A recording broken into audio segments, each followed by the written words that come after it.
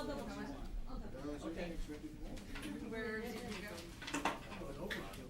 Yeah. Really? Yeah. But, I mean, like, I find yoga interesting. I know. There's still for your MLB. Yeah. No, that my guys are doing. Oh yeah, that's why I didn't do it this way.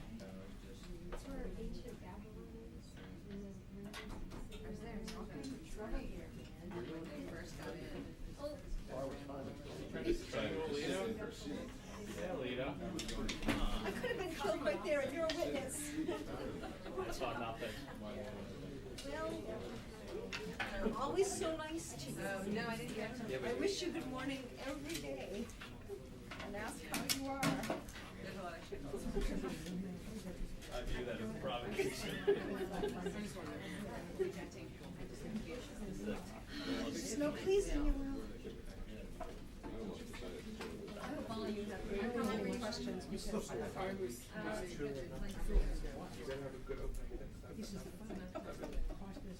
I'm hoping this will be Mark's stir something.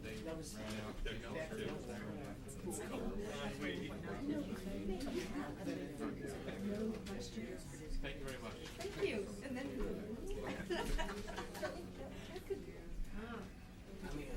someday don't you want to do I do.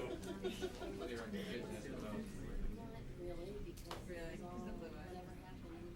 Yeah, what's his name? Vaughn. Don't scare me. Your mind. I have such a serious headache. I can't even focus my eyes. Oh, I have pretty good medicine. But will it make me sleep? That's the problem. No, it's just taking too late. Really? You need Dayquil. That's what you need. Use cereal. Like a commercial. Seriously though. What do you think? I have an 40-degree Tylenol severe But things sinus. are cool. Really? And it includes one here. Like all in here. Yeah. Just like, I'll give you some. If I slip it over, you can feel it. oh, feel it move? Yeah. Yeah. Well, but I really need to. Yeah. Really good. Something's gonna burst from my forehead. Hopefully on camera. Actually, it's very, they are. You want to really. Is that what that is? Well, I don't know. I assume.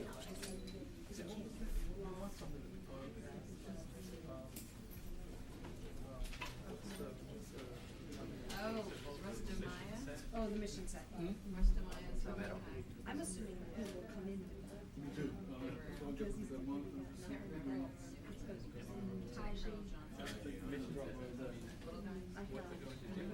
Well, I may go. Cost of operation. I'm gonna go with the money. That was a year ago. Because they have Because actually, he's coming from this call.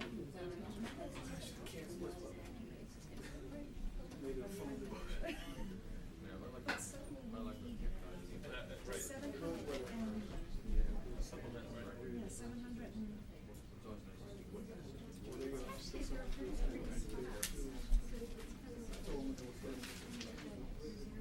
My first busy day of the week. I wish I could push it. It's been slow. Yes, It's been 1.9.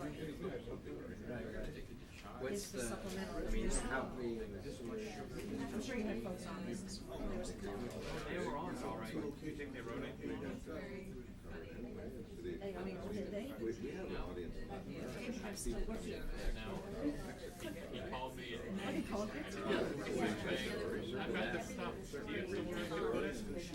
No. I don't know if it's much of I'm a thinking wide maybe you story. could write a story. I think it's potentially interesting in terms of the way we 1.9 billion is not new. We've had that for the several. fact that the Canadian-Mexican You'll border. find that I've read any of the coverage of this. And the fact that it's just that it is an issue. Okay. And most countries, if you want to send the military to do it, you do the same.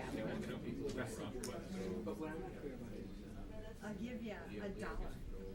What has to happen?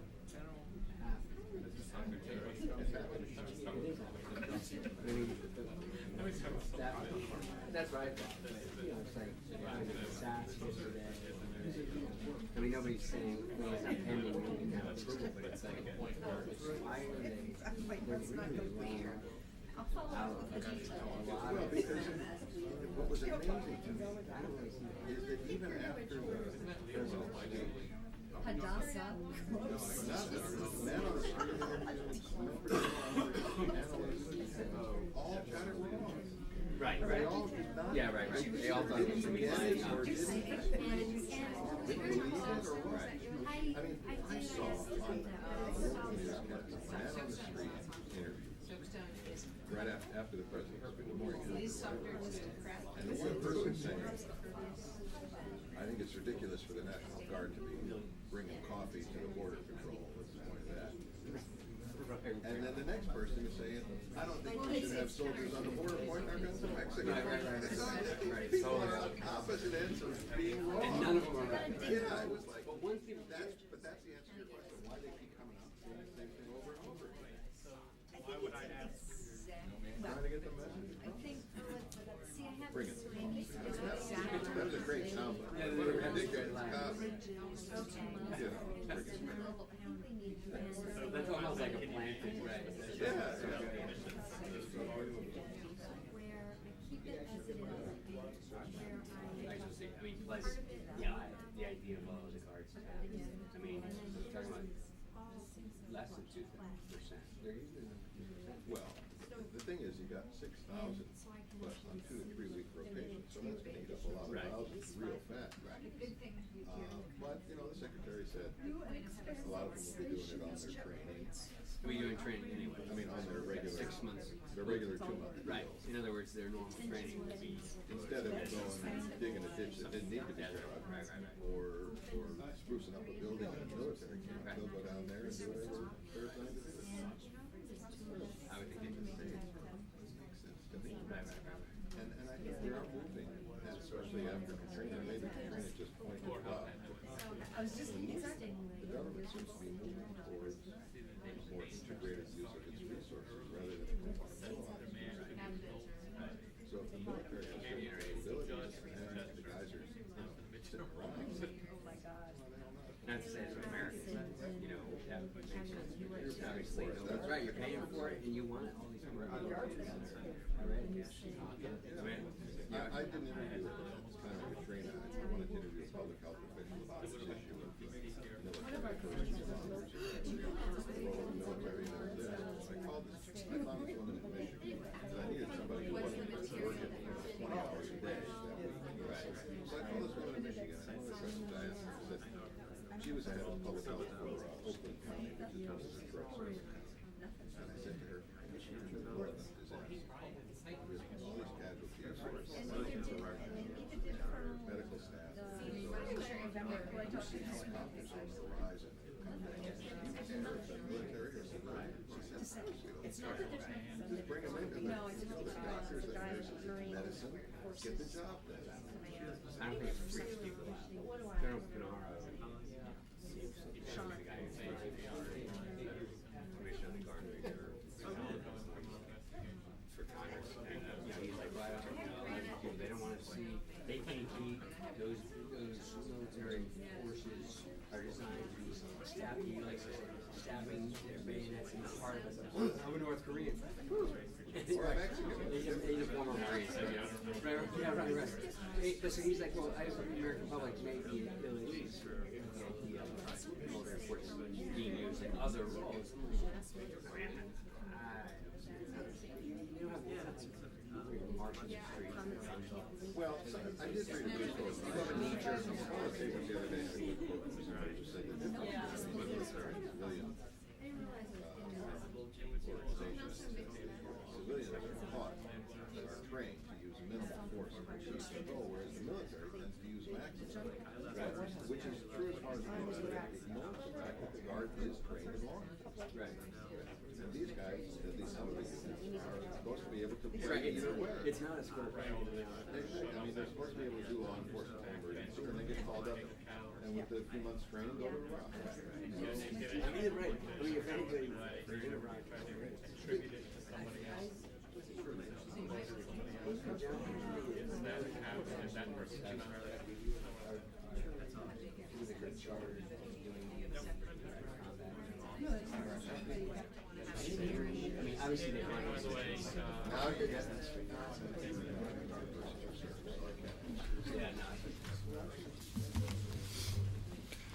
Well, thank you for joining us this afternoon. My apologies for being a little late here. This afternoon, I thought it might be helpful to you, given the tremendous amount of interest in the border security issue and the two individuals that we have with us today that have been involved with all the details of that.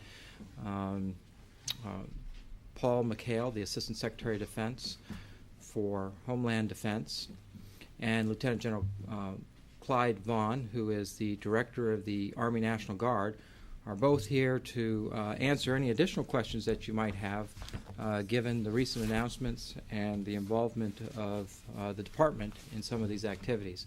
So with that, let me turn it over to the two of them, and we'll get going. Great, thank you, Brian. Good afternoon. Brian has asked me to give about a 1 or 2 minute opening, just to kind of frame the issues, and then I think General Vaughn will have a couple of brief comments to make, and then we're eager to move to questions for the balance of the session. I think, as most of you are aware, the task of maintaining the integrity of U.S. international borders is assigned by statute to the Department of Homeland Security. The deployment of military forces, therefore, along the southwest border will be in support of DHS. As you know, the military forces will be drawn largely from the National Guard, and all National Guard forces will be under command and control of the governor, in whose state the forces are then operating. The initial commitment will be up to 6,000 military forces on a rotational basis for up to 12 months. Military support will not exceed 3,000 personnel during a possible second year of deployments. The Department of Defense will pay the costs on a reimbursable basis. The missions will include, for example, surveillance and reconnaissance, engineering support, transportation support, logistics, vehicle dismantling, medical support, barrier and infrastructure construction, road building, and language support. DoD will play no role in the direct apprehension, custodial care, or security associated with those who are detained by civilian law enforcement authorities. In short, law enforcement along the border will remain a civilian function. The National Guard missions will be substantially similar to the annual training missions executed as part of our counter-drug program along the southwest border during the past 2 decades. The difference is that the size of the force and the commitment of resources in this case will be far greater than anything we have done in the past. The missions assigned to our soldiers and airmen will be directly related to the military skills normally associated with their warfighting and disaster response missions. In addition, DoD and DHS will use civilian contractors when appropriate. The National Guard deployment along the southwest border in support of the Department of Homeland Security is an important but temporary bridge to improved civilian security capabilities. We will draw down our forces consistent with ongoing mission requirements. The men and women of the Department of Defense will work diligently and professionally to support DHS, improving our border security and simultaneously providing excellent training for our soldiers and airmen. General Vaughn. Thank you, Mr. Secretary. There are probably several examples that we'll get to in the question and answer series of how we would do this, and we've done it for several years. This will probably be a mixture of several of those cases. If we look back at 9/11, you remember in the aftermath of that, the airport security piece when we moved in Title 32. Again, moved out smartly and did what the President and the governors asked us to do on that. If you look at the Latin American, the Central America piece of this that we've done for many years in an annual training basis, there's 20 years worth of history with that model down there. The big thing is the states have met every requirement thus far, and I'm confident that this is well within our capabilities to meet the requirements that we have today. And so I look forward to your questions. Yes, ma'am. Mr. Secretary, can you be a little more explicit on the budgeting aspect of this? Initially, it was suggested that some of this would be part of the annual training, therefore possibly absorbed by some of the training funds. How does that compare or justify with the 1.9 billion that the Yes. president is seeking in the supplemental, including the 756 million for the Guard? Is that in addition to what's Yes. already in the budget, and how much is that? And also, what are the budget offsets for this that are suggested in the president's remarks? I can, from my personal base of knowledge, give you a fairly comprehensive answer to that question, but not in quite the detail that I think you might hope for. It is true that a good portion of the DoD expense related to the military engagement in this mission has been previously budgeted. All of the National Guard personnel who will be deployed along the southwest border have an annual training requirement, usually for 2 weeks of active duty, for training and preparation for their Title X active duty military missions were they to be called to federal service. So virtually all, if not all, of the National Guard forces involved would have a 2-week training requirement, and the costs associated with that annual training requirement have been previously budgeted. Now, I don't want to imply that the pay and allowances for all of that duty has been previously budgeted, because we've got a couple of exceptions to that. We'll be looking at 3-week rotations as opposed to 2-week rotations. In addition, the Secretary of Defense has given guidance that we're to work in a partnership with the governors, and in some cases the Southwest governors have available National Guard forces from within their own states that they might want to call to extended active duty beyond the scope of annual training. And that too has not been budgeted. So there are some pay and allowance issues that go beyond the scope of annual training, but most of the pay and allowance expenses had been previously budgeted, and we are in fact leveraging that budget capability to use soldiers for very meaningful training that simultaneously contributes to better border security. Now, with regard to the $1.9 billion, there are expenses that go beyond that which has been previously budgeted, particularly related to operations and maintenance. The O&M factors will be significant. In addition, there may be a small Title X engagement in this mission. That too has not been previously budgeted. And so when we add up the most significant elements of DoD expense not previously budgeted, and we overlay that expense on the available, or what we think will be the available, $1.9 billion allocation, roughly, and this is an estimate at this point, it has to be, roughly $756 million out of the $1.9 billion will likely cover DoD expenses not previously budgeted. So we have the pay and allowance issues that have been budgeted related to annual training. We have principally the O&M expenditures that were not budgeted, and the reimbursement to DoD out of the $1.9 billion is expected to be something in the range of $756 million. But again, do you know how much it's going to cost, or how much of that already included budgeting for training That's is in going to be addition. spent on this? Yeah, the $756 million is above and beyond all previously budgeted expenses related to annual training. So it is the incremental cost beyond the AT funding. Do you know how much that is? I'm sorry. How much the existing amount of money that's in the budget For annual training. for annual training will be used I for understand this? your question. I don't know, General. I don't know if General Vaughn knows the answer No, to but that. that interesting and great question, because obviously if you strike out on any operation, the commanders have to do the recon and build it from the ground up. So as you build this thing backwards from the 4 states coming back our way, this is the way we see it. Here are the border missions. Here's the way they see it. Now, as we synchronize all that, and then we figure out what can be done in annual training, then we'll extract what that is and apply this to the figure you just covered. I guess in answer, perhaps greater detail than you really want to that question, we really can't answer your question with precision at this point, because we don't yet know exactly how many soldiers will be employed in meeting these mission requirements while engaged in annual training. We don't know the force mix yet, because we have just received from the Department of Homeland Security the mission sets in which they would like to see us be engaged.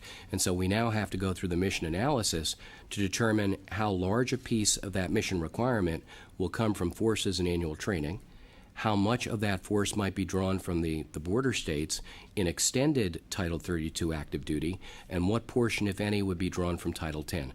And so until we have that level of detail, we can't calculate how much of it is related to annual training and what has been previously budgeted to cover that cost. Yes? Well, can I follow up on that? The mission sets that you've received from DHS, a couple of different questions here. Yes. are those basically the tasks you just outlined, but specifically, what mission do you expect Title 10 to do? And let me make sure I understand what you mean by Title 10. Are you talking federalized National Guard, current active duty? How many in Title 10? Right. By Title 10, we mean current active duty Title 10 military forces, or conceivably Title 10 reserve component capabilities drawn from services other than the National Guard. We are not talking about federalizing the Guard.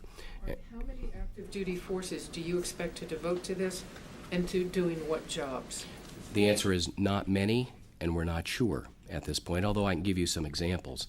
There are certain capabilities that exist exclusively or primarily within our active duty military force. For instance, I'll give you a very clear example. Last year, we engaged in mission sets quite similar to these during Operation Winter Freeze along the New York-Canadian border.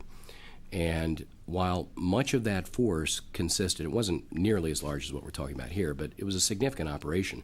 While much of that force came from Title 32 National Guard employment, there was a small element of Title 10 active duty personnel involved in that mission because they had unique capabilities for the remote detection of weapons of mass destruction. And those forces were available to support Customs and Border Protection in the event that there was a credible threat that a weapon of mass destruction in the hands of terrorists might be brought across the Canadian-U.S. border. Another quick example. The Marine Corps has a ground sensor movement capability. That capability involves deploying sensors on the ground to detect human movement in a given area of surveillance. And that capability, I don't want to say it's unique to the Marine Corps, but it's certainly found primarily within the Marine Corps. And that unit in the past also has supported these missions along the border. I'm sorry, but I really would like to follow up. In terms Sure. of the Marines, are you talking about something like unattended ground sensors? Yes. And in terms of the deployment that was on the Canadian border, let's be very clear, you just talked about it in terms of weapons of mass destruction. Yes. Is that the mission it's going to perform on the border with No. Mexico? That was meant to be an example of how we augment National Guard capabilities as required with active duty military forces. The Marine Corps example is a much better example. There is a sensor platoon. That's the size of the unit we're talking about here. There is a sensor platoon, I think it's 4th sensor platoon within the Marine Corps, that has that kind of ground sensor capability. And it is possible, as we have done in the past with that very unit, that unit would be involved in augmenting the organic capabilities of the National Guard. But somehow you must have some sort of shape or feeling for it in your own view within the Pentagon here. What are the ballpark numbers of active duty military forces you see, and do you see them actually going to the border? Will they be in rear positions? Will these be the troops that General Blum has talked about potentially being armed? Your question is a good one, but it's probably 3 or 4 days premature. We just got the list late last night from DHS of the mission requirements that they would like to have us perform. I have reviewed that list very preliminarily. I haven't seen any requirement that was obvious in terms of the need for active duty Title 10 forces. Most of the missions, in fact all of the missions that I have seen with one possible exception, have involved capabilities that we would normally find within the National Guard. So I guess just in closing, and to turn to some other folks here, the expectation is that very few, if any, active duty Title 10 military forces will be involved in this mission. I don't want to close the door completely on that possibility, but the vast majority of forces will be in Title 32 drawn from the National Guard. Yes, sir. 2 questions, if I could. Yes, sir. One, can you say anything about what states these people might come from? And secondly, if this is such a good idea, why is it happening 4 years after 9/11 and 5 years into the administration? And why shouldn't people conclude this is really driven by tanking poll numbers and need to mollify conservative House members? Let me, I'll take the second part, but if General Vaughn could talk about the first part where the units are coming. I was hoping you'd take the second one and I'll take it. We're in the Army, and I'll speak for the Army right now, of course, and I'm filling in for General Blum for the Army, Guard, and Air Force, but I can talk to the Army how we would do that. and I think probably you would assume that maybe 3/4 of the force would come from the Army Guard. We're an Army organization. We're embedded deeply within the Army, and there are other folks that will play in just exactly who it is and where they come from, that being the Army, and that also being the United States Forces Command, which is the Army force provider. And I would tell you this, it'll have a lot to do with who's in the queue to go in the next couple of years overseas. And I don't want to give you a lead or anticipate that oh, by the way, we think we're going to be at a particular level of employment in the next couple of years. That's not what I'm saying. But those units and soldiers that are apt to go overseas, we will train them specifically for the WARSET missions. So we will look back at the soldiers and units that have just returned the year before, and then the year before that. And then from a process of elimination, we'll start through that, and we'll arrive at what that force mix and where it should come from. And by the way, we have lots of states that are interested in supporting this mission.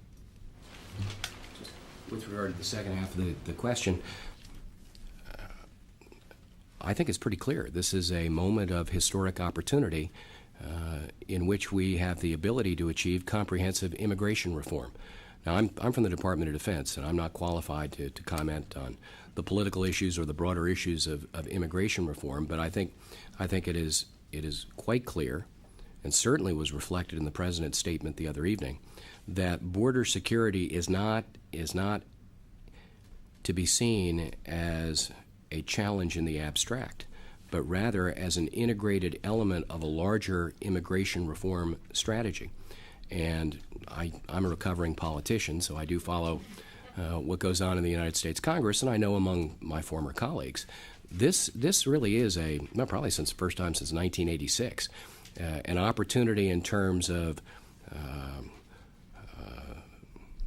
national policy to substantially review and reform the immigration laws and policies of the United States. About once a generation, we take a hard look at immigration and move that strategy forward in terms of both policy and the laws that reflect that. And I think anybody who's following the Congress now realizes this is a historic moment in the Congress, and that as one piece of incremental movement toward comprehensive reform, a more robust, more effective presence on the border to achieve more meaningful border security is an enabler for reform affecting immigration generally. And so I think 4 years ago, I don't think that was the political climate.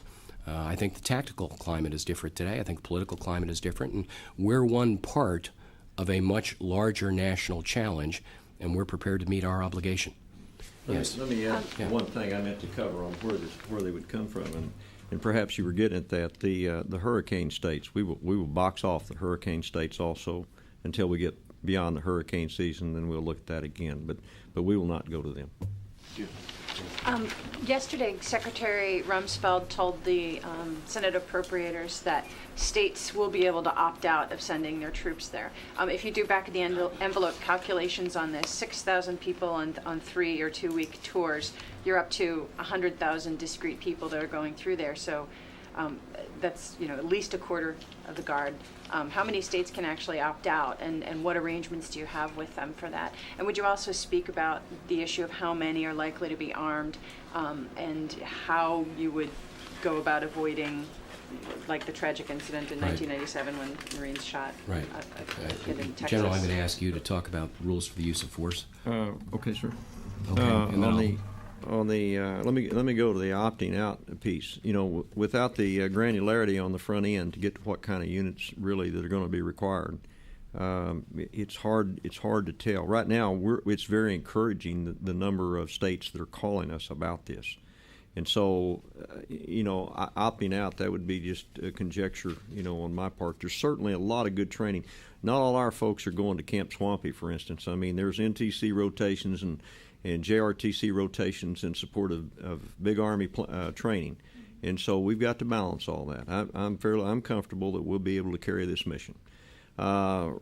Rules for the use of force being I may have to kick this thing back, on the attorney side. But soldiers carry weapons.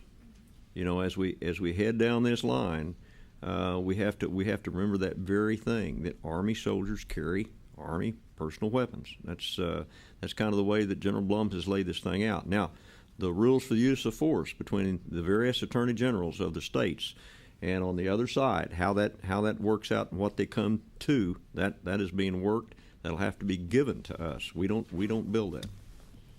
Let me, first of all, I agree with what General Vaughn said, but let me bring a little more specificity to it.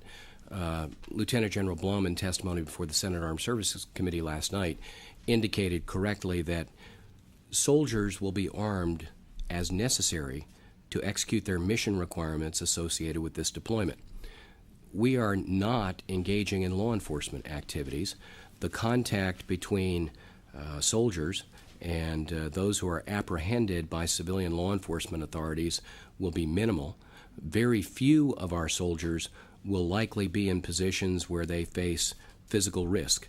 Every soldier who is in such a position will be armed, and there will be standardized rules for the use of force to guide that soldier in using his or her weapon, primarily for purposes, if not exclusively for purposes, of self-defense. But we do not expect that a large force of armed soldiers will be placed in close proximity to the border. We're in a supporting role to DHS, and most of the functions that we envision involve building roadways, constructing barriers, doing aerial surveillance, doing intelligence assessment, the kinds of positions in which those soldiers in supporting roles will not be placed in personal danger. But consistent with what General Vaughn said, any soldier who is in a position of potential danger will be armed and will have thorough familiarity with rules for the use of force so that that soldier can protect himself or herself against any foreseeable danger. Yes, sir. Sir, you've mentioned that DHS gave you the list of mission requirements. Could you tell us what was on the list? I've had very little time to review it, but I have reviewed it, and it is consistent with the general description that I have given to you in my opening comments. Really, the best guidance I can give to you is if you want to know what we're going to be doing, look at what we have been doing through the National Guard in the counter-drug missions going back to 1989.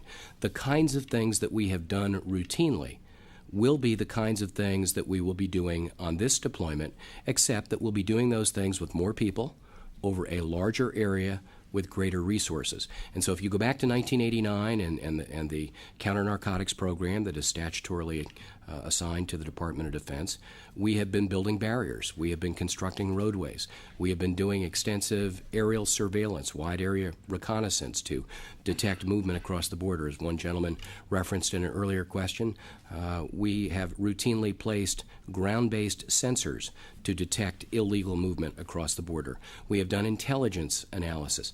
There are a few other mission sets that will be part of this requirement that go a little bit beyond, but not markedly beyond, what we have done in the past. Some transportation requirements, things of that sort. But essentially, over a much larger expanse, with more equipment, more people, more resources, we'll be doing much the same thing in support of border security that we have been doing in support of counter-narcotics. And the list from DHS largely reflects, in greater detail, but largely reflects that mission set. Yes? Yes, when do you expect the first Guard troops to actually arrive for this mission, and when do you expect it really to be ramped up where you have the full presence? The pieces that we've seen would lead us to believe that this is early June, and the ramping up of that, just like any other mission, between the site surveys and just what's required downrange. If it's large and heavy on engineer construction, there are plans, there are bill of materials, there's a lot of things to move before you start actually moving soldiers in. But when you get into the recons and the things that have to go on, you'll start to see some movement in June. And in fact, in the border states, there are usually so many training activities going on in and around. Some people could even mistake that, for that. There's already, in the counter-drug arena, there's already forces down there. But you'll see movement in June. One point relevant to that, we have an obligation. It's a legal obligation, it's a moral obligation to make sure that our soldiers, during annual training, receive training that better prepares them for warfighting, or for consequence management missions related to disaster response. What we don't want is to prematurely move people into the area of operations before we can effectively and immediately employ them in MOS training. We don't want soldiers sitting on their packs. We don't want to make a statement in terms of the speed of movement that is then belied by a lack of activity once the soldiers get there. So we'll be looking at a phased deployment into the AOR in order to ensure that upon arrival, or almost immediately upon arrival, we can begin giving to these soldiers the training that they deserve. Yes, sir. Hit him and then we'll come back up to you. Yeah. Just to clarify, has it been decided that active duty troops will be part of this component, and the decision now is how many? It hasn't, and that's really what I was trying to say earlier. We want to keep the door open to, I hate to describe it as a niche capability, but there are certain technical capabilities that may exist among limited personnel on active duty. And if we determine that the National Guard capability needs to be augmented by that active duty capability, we want to preserve the opportunity to do that. But we have not determined any Title X capability that is essential to augment the National Guard, at least at this point. And a quick follow-up, you mentioned, how is this deployment, how is being on the border for 2 or 3 weeks going to help National Guardsmen prepare to go downrange? If you have I'll give a brief answer and then turn to the general, who's quickly at my elbow and eager to answer that question. If you have a National Guardsman who is a combat engineer, putting that combat engineer on a D9 dozer to build a roadway along the U.S.-Mexico border is about the best MOS training he can possibly have in preparation for the earth moving he would do in a warfighting environment. If you have a communicator, putting that communicator on the border to construct a communications net identical to or similar to what he or she would be using in an overseas environment is great MOS training. If you have a pilot, a helicopter pilot, putting him or her up in a helicopter with a FLIR capability in order to conduct night vision surveillance of the border is great training for what he or she might do in combat 2 or 3 years later. We will be matching, as we have routinely for 20 years, we will be matching the training requirement for the mission at hand to ensure that our men and women receive the kind of training that they deserve, not only to make a contribution to border security, but from a long-term perspective, to be better prepared for overseas warfighting or domestic consequence management. Well, that was an excellent answer. If they deploy, if they're going to train for 2 to 3 weeks, and there are functional areas that this just perfectly lends itself to, we have proved that there's efficiencies involved, especially in the engineer model, because when you get all this laid out, and as he described, there's a lot of work has to be done up front for that, but there will be a lot of forces that are engineers, and they are available because all of our engineers have deployed. And on the Army Forces Generation model, they're in the first part of the model, which says they're available for the Homeland. So if you run those engineers in there where everything's properly prepped and you work them to death and then run them back out and send in the next team, it is a heck of a model. And it's been proven in Latin America for some time. That won't cover all the functionals, but that'll certainly cover some that there will be a lot of people involved in. We'll talk about a couple more and then we'll have to bring it to a close. Yes, sir. Thank you. When will you announce what states will contribute, and what kind of equipment do you think they'll bring to the fight, and does this mean more UAV capability along the border? I think first of all, it would be completely conjecture to talk about UAV capability from the Army National Guard. We're not fielded that heavy in UAV capability with the Guard. Okay. Equipment-wise, our equipment is getting better across the nation. You know that we're having to put a lot of equipment into the hurricane states. The Army is putting a lot of equipment into the hurricane states. The active force is working very close with us to make sure that those hurricane states have what they need, and they've done a risk analysis of it. Okay, so it comes up, then where would you get this equipment, for the border, and you've got to go back and analyze what that particular mission set is. I would say, just jumping out in front, that the states will have to provide some equipment. The The 4 states involved in this will have to carry some equipment on this, and we'll go to the states outside of the mission set for the next warfight rotations and outside of the hurricane states as we gather in these annual training rotations, and we will move and rotate equipment through there for training. When will you announce the states that will contribute? Listen, we have a family of plans in this business that has to go together. In order to have clarity, we have to have the mission come from JCS. It will come to the service or come to the chief of the bureau, whatever, but it has to come over to the Army and to the Air Force side.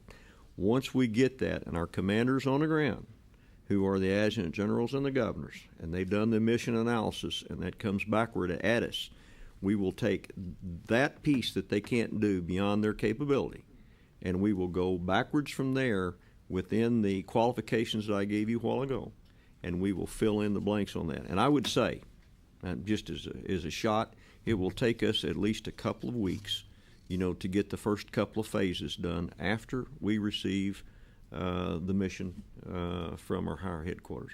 Let's make Pam's likely 3-part question. It's not, but could you set? Does he always treat you like that? Well, I begged him. Could you set our expectations at the end of the year? We will have, say, 100,000 people have rotated through a border mission, have spent over $700 million plus on this. What is the expectation as to how much illegal immigration is going to be cut? I mean, if we only see a 10% cut, will it be worth it? Should we be expecting something much larger? What kind of metrics are you using? We're in the process of developing those metrics, but let me tell you what you should look at, and then perhaps put it in context to suggest some things that would not, by instinct, be apparent as metrics for success. When we first started talking about this, there were some in the discussions who viewed apprehensions, the number of apprehensions of illegal aliens, as the primary, maybe the exclusive metric of success. If we put out this capability along the border and we reinforce the ability of Customs and Border Protection to interdict illegal aliens coming across the border, we provide surveillance, let's say, and we then provide sufficient information to CBP that they can interdict and apprehend a greater number of people. There were those who argued that we simply measure the number of apprehensions, compare it to past apprehensions, and if we apprehend more people, the mission has, to a quantifiable degree, been a success. I think that's really tortured logic, because I think one of the measures of success, not easily quantified, is deterrence. The fact that we communicate that there will be a more robust capability along the border, provided in a supporting role by the National Guard, may well deter the number of people who would otherwise try to come across the border illegally, knowing that the likelihood of capture is far greater. And so I'm not sure how we measure deterrence, but I know for sure that deterrence is one of the strategic goals to be achieved by having a more robust presence along the border. And so I think over time, we're going to have to look at a totality of the circumstances to include a lot of factors, such as some measure of deterrence, some measure of humanitarian relief. I think we're going to save lives that otherwise would have been lost in the desert because we will have a better idea of who's attempting to cross the border under life-threatening conditions. I think a measure of success, the Secretary made reference to it yesterday, may be improved military training at places like the Marine Corps' Yuma Range. We have had a terrible impact upon training opportunities at that Marine Corps range because of the presence of illegal aliens crossing the border, entering the range, thereby causing the range to shut down. That's not an insignificant problem. It's been a huge problem. If we are able to, for instance, construct barriers that would substantially decrease the adverse impact upon that range and simultaneously save lives that otherwise might have been lost in the desert, that too is a metric of success. So we don't have an easy pattern of metrics at this point, readily quantifiable, but I think over time we'll develop an ability to assess the totality of circumstances to determine, are we deterring people from crossing the border, catching more people who try, saving lives that otherwise might have been lost, and improving military training in areas that in the past have been areas of high traffic for illegal movement. Those are the kinds of things that we'll be looking at over time. Thank you very much. Thank you.